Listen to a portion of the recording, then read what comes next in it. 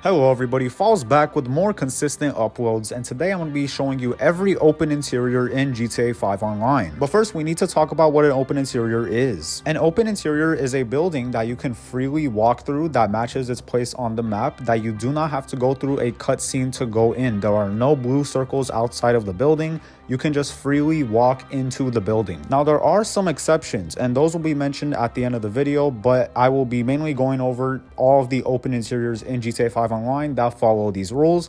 And yeah, let's get into it. Hopefully you enjoy. If you do, please subscribe and leave a like. Let's get into it. First up, we have Franklin's house. His Vinewood house used to have a glitch where you can slide yourself into the roof using the up and atomizer, but unfortunately Rockstar patched it. It was a pretty simple glitch to do, and now it is only accessible in story mode. There is currently no glitch to get into Franklin's Vinewood house in GTA 5 Online. It's a nice interior. Sad to say that Rockstar patched the glitch. Next up, we have Franklin's Strawberry house. Surprisingly enough, you actually can get inside of Franklin's Strawberry house. First, you need to get onto his roof by any means. You can kind of climb on this thing here. It's a little bit confusing, but you'll get it eventually. Then you need to identify where this glass square is and stand precisely in the middle of this square. Then you need to register as a CEO and then start up a CEO mission. But first you need to call Gerald or Simeon for a contact job, or you could already go to one on your phone.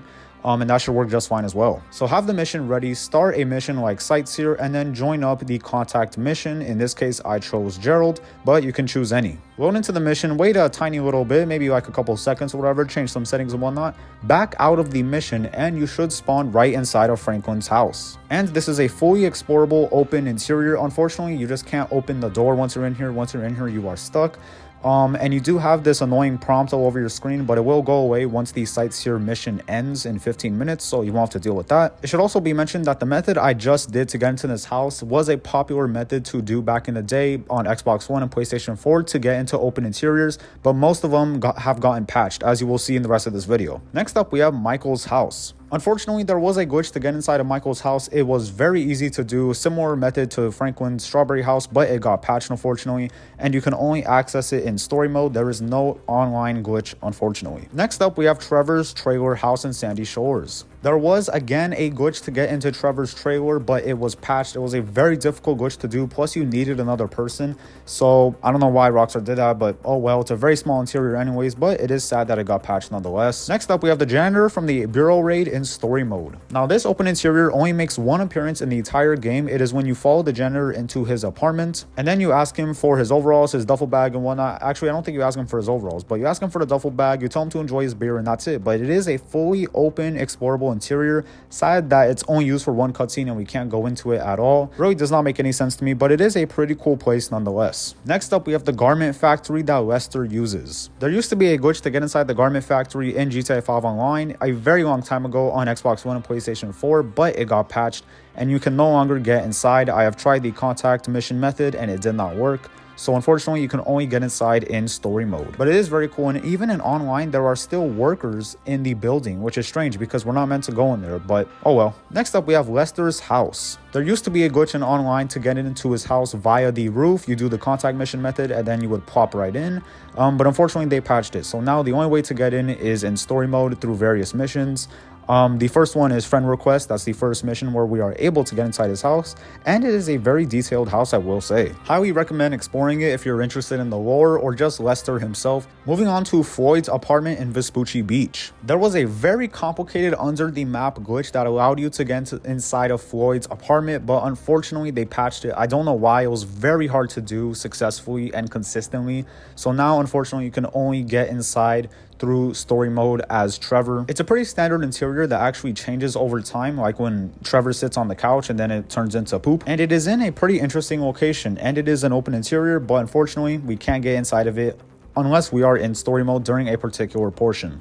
Next up, we have Martin Madrazo's ranch house. Surprisingly enough, this does have a very nice, highly detailed interior that is only used in one cutscene in the game. It is during the mission Kaido Libre, and unfortunately, once again, we cannot fully explore it. It is only in one cutscene, but it is an open interior nonetheless. The door matches up to the interior, and it's not under the map or anything. Very cool, and 5M servers have actually made it to where you can go inside, but that's on PC, of course, not on consoles, unfortunately. Next up, we have the Pillbox Hill Medical Center. As you can see, you can actually see inside of it, which is interesting, but we cannot go inside of it unless we are doing a particular Strangers and Freaks mission where Michael follows somebody and they actually drive through the hospital. From then on out, the story mode has the damaged hospital variant where you could go through it, I believe, but it looks highly destroyed. Next up, we have the Mission Row Police Station. In online, there are a few missions that actually take place here, including the gangbanger robbery for the salvage yard, in which you break someone out and then they tell you the location of a car. And there is also a heist setup mission here, the prison station, where you imitate police officers to get, I believe, some sort of equipment, like a key card or something. Very cool interior, but unfortunately, we cannot just walk in. Next up, we have the Hayes Auto Shop from the Devin Weston missions. I believe you can only see this location in cutscenes, but it is fully explorable and it is an open interior nonetheless. There might even be a mission that lets you walk around at the end of it. You can quickly turn around and go back in, but I may be mistaken in that. But it is a pretty cool place nonetheless, and it's sad that it is not an online location. You cannot get in. I don't think there was ever a glitch to get into here in GTA 5 Online, unfortunately. Next up, we have the Maze Bank Arena. You can access the hallway in a couple of setup missions and in a finale mission for the salvage yard. I believe it is called the Duggan robbery, in which you rob the stadium of a car and then you are able to go through the hallway and then into the actual stadium portion. Unfortunately, there is not a glitch to get into the actual hallway outside of a mission because technically it doesn't really exist unless you are in a mission. It's completely empty. Next up, we have the La Puerta warehouse. In GTA 5 Online, this can only be accessed during a business battle in which it is open and there are gangbangers inside. You shoot them, get the crates, and then take it back to your nightclub. I believe there's like 8 of them, and you are able to fully explore it. Otherwise, the only way to get inside here is through story mode, through the Franklin mission. I forgot what it's called, actually. I believe it is called the Long Stretch, but basically you just fight your way in and out, and then you can tour the entire place. But there's no glitch to get outside of a mission in GTA 5 Online. Next up, we have the Foundry. There is also a business battle that takes place in the Foundry in GTA 5 Online, but there is no way to get inside of it outside of that business battle. Otherwise, you will have to go in story mode and go through the mission the third way. It is the beginning of the mission. After you pick up Lamar, you are able to fully explore it, and then it gets raided by the SWAT team, of course. Then you ambush them. It's a pretty cool mission and a pretty cool place with actually pretty cool lighting and effects. This is a very nice place to be. Just maybe if the situation was a bit better, if you know what I mean. Next up, we have the Pacific Standard Bank. In online, you can just walk right into the Pacific Standard Bank and fully explore it. You cannot get inside the cage, which leads down to the vault, but that's a very small portion of the actual bank. I believe it's strange how Rockstar lets us fully explore this, but not small locations like the Hayes Auto Shop. It's just, I don't know, it's just very strange. I am glad that they let us explore it because it is a very cool place with a lot of detail, but just very strange how they select which buildings we could go in. Next up, we have the FIB building, the top and the bottom hallway. You can get inside the top of the FIB building by having someone get in a helicopter and then throwing them out. If you want to get inside, you have to be the one in the helicopter getting thrown out, and they will fall right into the roof, and the only way to get out from there is actually killing yourself, which kind of sucks. Technically, this actually isn't an open interior, but the bottom hallway is, which is used in a couple of missions, like the casino heist prep missions that lets you down there. And it's a pretty standard looking hallway, nothing too crazy. The roof aspect is much more cooler in my opinion, but it does need a friend. Next up, we have a hallway inside of the airport. There is a certain terminal in the airport that you can go to, climb up these stairs, and it will lead you to a part of this terminal that you can actually go inside, and there are only 2 ways into this place. The door that you just saw me come in from, and this hatch at the end of the hallway right here. So if you know that someone's chasing you, and I've done this in the past before, you can put proximity mines on both of these entrances. Most of the time, they won't even know about the one on the roof, just the door. And when they come in, they will be exploded. If they try to kill you with an RC card, the RC card will also trip the proximity mine. I've never seen it be used against me, but it's a very cool place to be. Players do not expect you to do anything to that nature. And it does catch them off guard for sure, which is pretty funny. Next up, we have this building at the port. This building is pretty unsuspecting looking, and it is a actual open interior because it is open, there is no door. And it's a rather unsuspecting looking building, but it has windows where you can see outside, as you can see right here, if I can look outside. But from the outside, the windows are not see-through, so you can do some interesting things with that if you want, I guess. Next up, we have the Great Chaparral Mine Shaft. Pretty sure most people know about this one. This one was not in the game since day one. It came out as part of the first generation of next-gen consoles, so Xbox One and PlayStation 4 and PC, and you can fully explore it. It is kind of a creepy place, and in story mode, there is a dead dude here that you can go to, and you can call him on your phone later because he's added as a contact, and you do get a special black and white filter whenever you call him. Pretty spooky place. I wish Rockstar would have done something with it in online.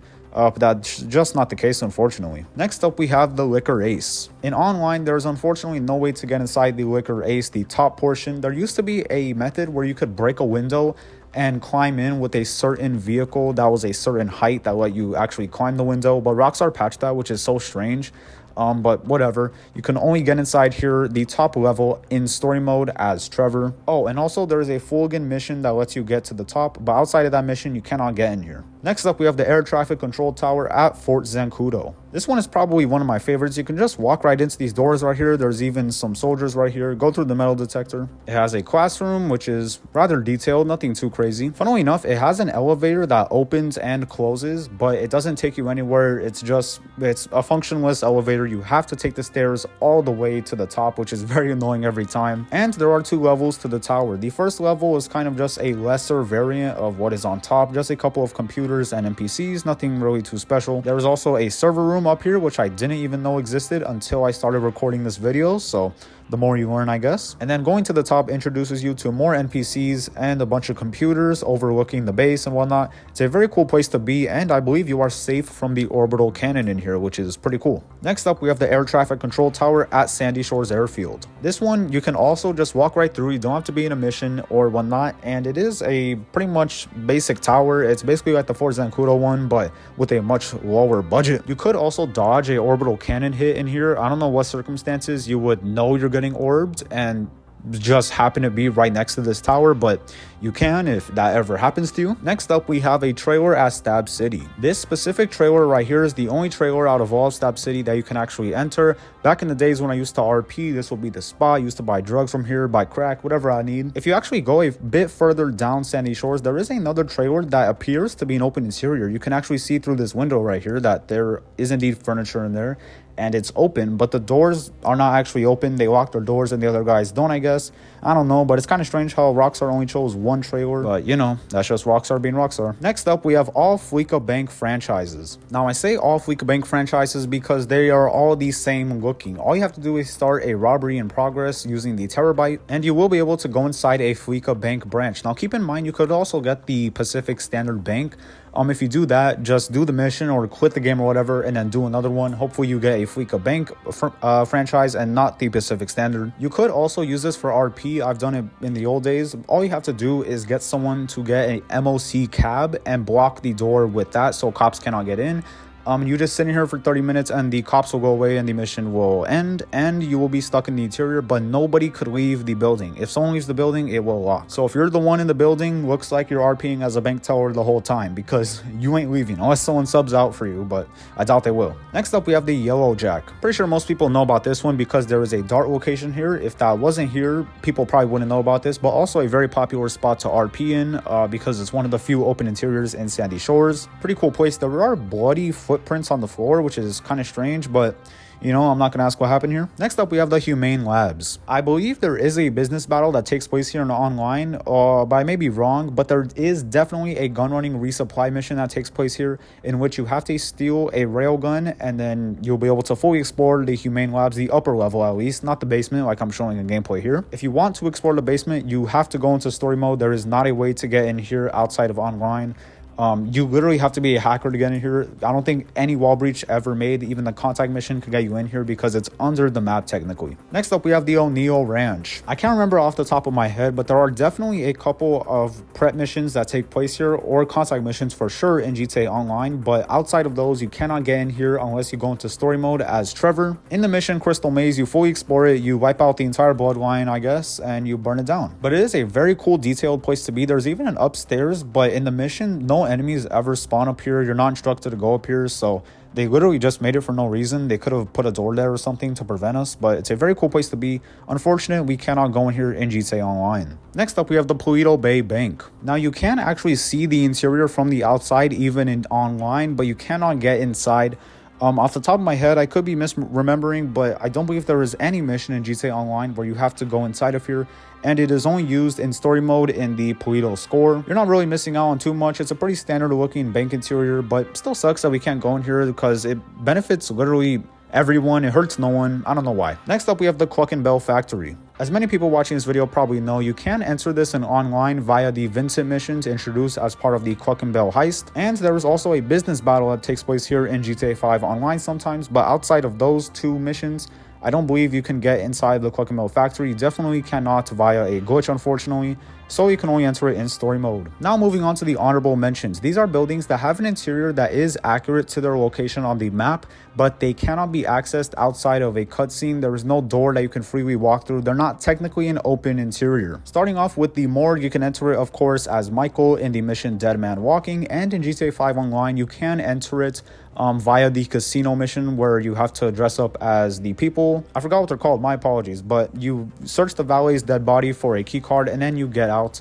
But you can only explore the upper level of it as Michael. However, there is a mission or adversary mode in GTA 5 Online called the Slasher, where it's kind of like a 1v4 style game where someone is trying to chase you, and they do chase you around the entire morgue, which is very fun and scary. Highly recommend with some friends. Next up, we have the building with Mr. K. This building actually looks a little bit too deep to be the building that is portrayed on the outside, at least to me, and we are not even allowed to fully roam this building. We're only in here to torture Mr. K, and then this building never gets seen again. But it is technically a open interior, but you cannot access it via the outside. You have to go through a cutscene, so it did not make the cut. Next up, we have Friedlander's house located on Del Perro Beach, and it is a accurate looking house relative to the location. You can see the beach on the outside. That porch you can actually access outside of a mission, but there is no door that leads from the outside to the inside very fluidly. You have to be in a cutscene to view this interior. This is proven if you pull up the minimap. As you can see here, there is no real hallway. That hallway right there is boof. You cannot access that hallway from anywhere. It's kind of just there, I guess. It is in a couple of cutscenes, but it serves no purpose, so that's why it did not make the cut. Next up, we have the Union Depository. Both levels, the upper and the lower floor, cannot be accessed outside of missions. You can actually access it in GTA 5 Online through a business battle, but you cannot go to the basement. And for people who are going to call this an open interior because the elevator is here, the elevator, if you're looking at the map right now, is already on the basement. The doors are just closed, so Rockstar gives off the idea that the elevator is going down, but the elevator is not moving. We're already on the basement, so we've already been teleported. You cannot get down to the basement without mods or something. Next up, we have Avon Hertz's facility bunker situation underneath Mount Chiliad. You cannot access this place outside of missions. It doesn't even exist on the map, I believe. You can only get inside of here through the Act 3 of the Doomsday Heist or the last mission of the ULP series of missions, and then you can fully explore it. If you do the ULP route, then it's kind of dark like halfway through, so that kind of sucks. If you really want to explore it, I would recommend doing the Doomsday Heist Act 3. Next up, we have the infamous IAA building. You used to be able to get into this. This is probably the most well-known wall breach sort of open interior thing where you used to shoot out a window and you can just parachute right through into the office. And that's it. It was a pretty small interior. There wasn't nothing too crazy about it, but Rockstar patched it. They added an invisible wall and you cannot get inside, unfortunately, even if you shoot out the window.